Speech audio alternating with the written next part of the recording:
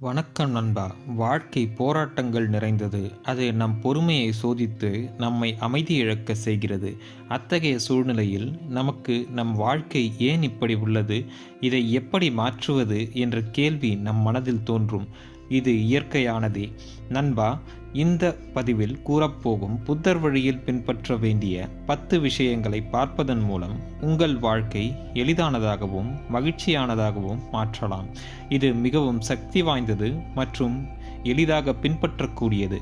பாடம் 1: நன்றி உணர்வு. உங்களிடம் இருக்கும் விஷயத்திற்கு நன்றி உணர்வுடன் இருக்க வேண்டும். வாழ்க்கையில் நிகழும் சின்ன சின்ன விஷயங்களுக்கும் நன்றி கூறுங்கள். உதாரணமாக, நாம் சுவாசிக்கும் காற்று, உண்ணும் உணவு, தாகம் தீர்க்கும் நீர் போன்றவற்றிற்கு நன்றி கூறுங்கள். நீங்கள் கண்விழித்து இந்த உலகத்தை பார்க்கும்போது நீங்கள் நன்றி உணர்வுடன் இருக்க வேண்டிய ஒரு விஷயத்தை மனதில் நினைத்து கொள்ளுங்கள். அது உங்கள் மனதை பற்றாக்குறை மனநிலையிலிருந்து மாற்றி உங்களிடம் உள்ளது என்று நினைக்க தொடங்கும். அது நம் வாழ்வை அர்த்தமுள்ளதாக மாற்றி நமக்கு மகிழ்ச்சியை தருகிறது. நீங்கள் நன்றி உணர்வை ஒரு காகிதத்தில் எழுதலாம். 3 அல்லது 5 விஷயங்கள் உங்கள் வாழ்க்கையில் மிகவும் உதவியாக இருந்திருக்கலாம். அதை எழுதி அதற்காக நன்றி கூறுங்கள். அது உங்கள் வாழ்க்கையின் பார்வையை மாற்றும். நாம் நம்மிடம் இல்லாத விஷயங்களை எண்ணி கவலைப்படுவதை விடுத்து இருக்கும் விஷயங்களை எண்ணி நிம்மதி அடையத் தொடங்குவோம். நம் உறவு முறைகளிலும் நன்றி உணர்வு மனப்பான்மை பெரிய ஒரு மாற்றத்தை ஏற்படுத்தும். பாடம் 2: இன்று ஒரு புதிய நாள். நதியில் ஓடும் நீரை நோக்கினால் அது ஓடிக்கொண்டே இருக்கிறது. ஒரே நீரில் நீ இருமுறை குளிக்க முடியாது. அதுபோல் ஒவ்வொரு நாளும் உனக்கு கிடைத்த புதிய வாய்ப்பு. கடந்த காலத்தை நினைத்து வருந்துவதும் எதிர்காலத்தை கண்டு பயப்படுவதும் நமது இன்றைய நாளை வீணடிக்கிறது. புத்தர் கூறுகிறார், நீ இந்த நிகழ்காலத்தில் முழுமையாக வாழ்வதே சிறந்த வாழ்க்கை என்று. நீங்கள் காலை எழுந்ததும் உங்கள் நாளை ஒரு எழுதப்படாத வெள்ளை காகிதம் போன்று கற்பனை செய்யுங்கள். அது உங்களை இப்பொழுது என்ன செய்ய வேண்டும் என்று கவனிப்பதற்கு மிகவும் உதவியாக இருக்கும். பாடம் 3: உங்களை அப்படியே ஏற்றுக்கொள்ளுங்கள். நண்பா, உங்களை நீங்கள் அப்படியே ஏற்றுக்கொள்ளுங்கள். நீங்கள் ஒரு தனித்துவமான மனிதர். உங்களை நீங்கள் மற்றவருடன் ஒப்பிட்டு பார்ப்பதே உங்கள் துன்பத்திற்கு காரணம். உங்களை சுற்றி இருக்கும் உலகம் உங்களை மற்றவருடன் ஒப்பிட்டு நீங்கள் குறைவானவர் என்று நினைக்க தோன்றலாம்.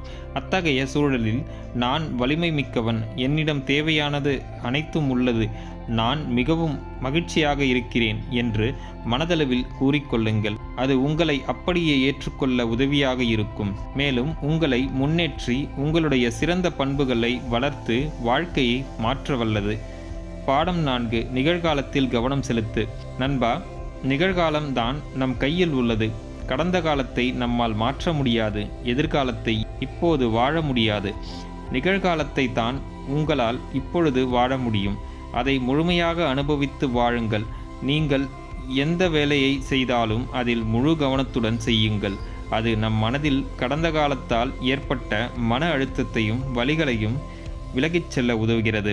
நம் வாழ்க்கையில் இன்பமாக இருக்க வேண்டும் என்றால் நிகழ்காலத்தில் வாழ பழக வேண்டும். அமைதியாக அமர்ந்து உங்கள் மூச்சை கவனித்து பாருங்கள். மெதுவாக மூச்சை விட்டு அது உங்களுக்குள் சென்று வெளியேறுவதை கவனியுங்கள். அது உங்கள் மனதில் தோன்றும் தேவையற்ற எண்ணங்களை குறைத்து நேர்மறை எண்ணங்களை அதிகரிக்கும். பாடம் 5: பொறுமையாக இருங்கள். நண்பா, புத்த மதத்தில் பொறுமை என்பது ஒரு சிறந்த பண்பாக பார்க்கப்படுகிறது. அது வாழ்க்கையின் ஏற்றத்தாழ்வுகளை கடப்பதற்கும் நம் வலிமையை பெருக்குவதற்கும் உதவுகிறது. நண்பா, நாம் பொறுமையுடன் இருந்தால் பல பிரச்சனைகளை தவிர்க்கலாம். வாழ்க்கையில் நிகழ்பவைகளுக்காக கோபப்படாமல் வெறுப்படையாமல் அமைதியாக பொறுமையுடன் வாழ பழகுங்கள். நாம் அனைவரும் தவறுகள் செய்கிறோம். அதை பொறுமையுடன் நோக்கி அதை திருத்திக் கொள்வதே சிறந்த ஒரு வாழ்க்கையை உருவாக்குகிறது. நீங்கள் பொறுமையுடன் இருந்தால் உங்கள் மனதில் அமைதியும் தெளிவும் தோன்றும். பாடம் 6: எனக்கு நல்லதே நடக்கும். நண்பா, எத்தகைய சூழலிலும் நம்பிக்கைதான் நமக்கு கை கொடுக்கும். காலையில் எழுந்தவுடன் எனக்கு நல்லதே நடக்கும் என்று கூறி அதை முழுமையாக நம்புங்கள். வாழ்க்கையின் பாதையை ஏற்றுக்கொள்ளுங்கள். அது அன்றைய நாளை மிகவும் சிறப்பானதாக மாற்றும். பாடம் 7: இதுவும் கடந்து போகும்.